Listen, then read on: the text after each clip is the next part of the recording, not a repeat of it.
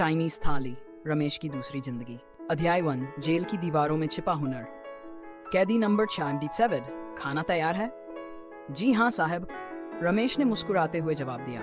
रोज की तरह उसने आज भी पनीर चिल्ली, हक्का नूडल्स और मंचूरियन को बेहद सलीके से पकाया। जेल के बाकी कैदी तो बस समय काट रहे थे, लेकिन रमेश ने ठान लिया था कि वह अपनी जिंदगी को नए सिरे से जिएगा। 6 महीने से वह जेल की किचन में काम कर रहा था। शुरुआत में वह सिर्फ बर्तन मांजता था, फिर धीरे धीरे उसने सीखना शुरू किया। चॉपस्टिक की पकड़, नूडल्स की उबालने की सही टाइमिंग, सॉस का बैलेंस, सब्जियों की कटिंग और आखिर में स्वाद की परख। ये मंचूरियन तो होटल से भी बेहतर है, जेलर ने एक दिन कहा। रमेश मुस्कुरा उठा। उसे पहली बार किसी ने उसकी मेहनत के लिए सराहा था। जेल में बिताए 6 महीने रमेश के लिए सजा नहीं बल्कि शिक्षा की पाठशाला बन चुके थे। लेकिन जुड़ा हुआ मन, रिहाई का दिन आया। रमेश ने जेल के कपड़े उतारकर फिर से आम आदमी की चप्पल पहनी। कपड़े मैले थे, पर आंखों में उम्मीद चमक रही थी। घर पहुंचा तो सामने बीवी रजनी दरवाजे पर थी। पीछे से 2 बच्चे झांक रहे थे, 10 साल का अर्जुन और 6 साल की पूजा। माँ बाप को पहचानने में उसे वक्त नहीं लगा, लेकिन उनकी हालत देखकर दिल कांप गया। छत टपक रही थी, चूल्हे पर 2 दिन से कुछ नहीं बना था। ये क्या हाल हो गया अम्मा? रमेश ने माँ के पैर छूते हुए पूछा। माँ ने बिना बोले सिर्फ आंसू बहा दिए। पिता ने सिर झुकाकर कहा, बेटा तेरे बाद कोई काम नहीं मिला, खेत भी साहूकार ले गया। रजनी ने धीरे से उसका हाथ पकड़ा। रमेश, हमें कुछ करना होगा, अब और सहा नहीं जा। अध्याय 3, चाय की चुस्की और बिजनेस का आइडिया। रात को सबने सूखी रोटी और प्याज के साथ खाना खाया। रजनी ने धीमे से कहा, एक बात पूछूं? हाँ पूछो ना, रमेश बोला। तुम जेल में क्या क्या बनाते थे? रमेश ने थोड़ा मुस्कुराते हुए बताया। Manchurian, noodles, paneer chilli, fried rice, Hakka noodles, soup, सब कुछ। रजनी की आंखें चमक उठी।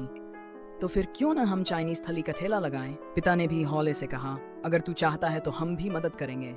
अम्मा बोली, हमारे पास कुछ नहीं बचा बेटा, लेकिन ये घर है, इसे गिरवी रखते कुछ तो होगा। पहला चाइनीज ठेला। रमेश ने बैंक से 60,000 रुपये का लोन लिया, गिरवी रखा अपना घर, पैसे से एक छोटा सा ठेला बनवाया, सफेद और लाल रंग का।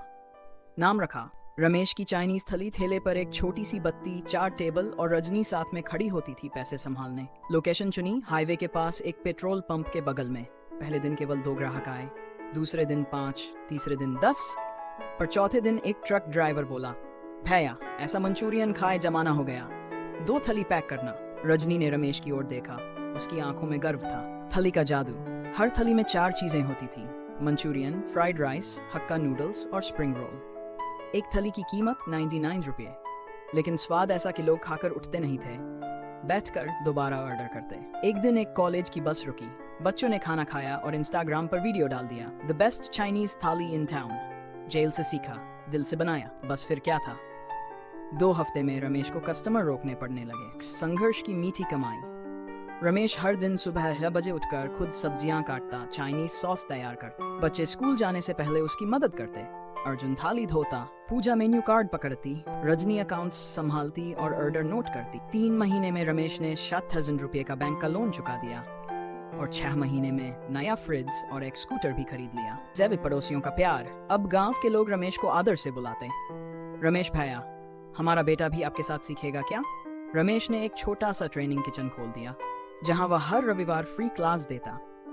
गरीब लड़कों को खुद का हुनर बनाना चाहिए, वह कहता।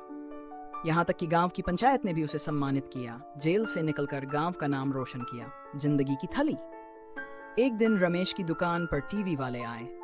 रमेश ने थली बनाई, सामने कैमरा था, रजनी मुस्कुरा रही थी, बच्चे तालियां बजा रहे थे। टीवी रिपोर्टर बोली, रमेश जी, आपकी थली में ऐसा क्या खास है? रमेश मुस्कुराकर बोला, हर थली में मेरी गलती भी है, मेरा पश्चाताप भी और मेरा प्यार भी, यही इसे खास बनाता है। फिर से नई शुरुआत। अब रमेश की चाइनीज थाली सिर्फ एक दुकान नहीं थी, वह एक ब्रांड बन चुकी थी। उसने दूसरा ठेला भी शुरू किया, जहां अर्जुन सीखने लगा। पिता ने कहा, बेटा अब हमें तुझ पर गर्व है। माँ बोली, तेरा जेल जाना भी जैसे भगवान की योजना थी। रजनी धीरे से बोली, तुमने सब कुछ बदल दिया। रमेश ने सबकी आंखों में देखा, उसकी जिंदगी फिर से शुरू हो गई थी।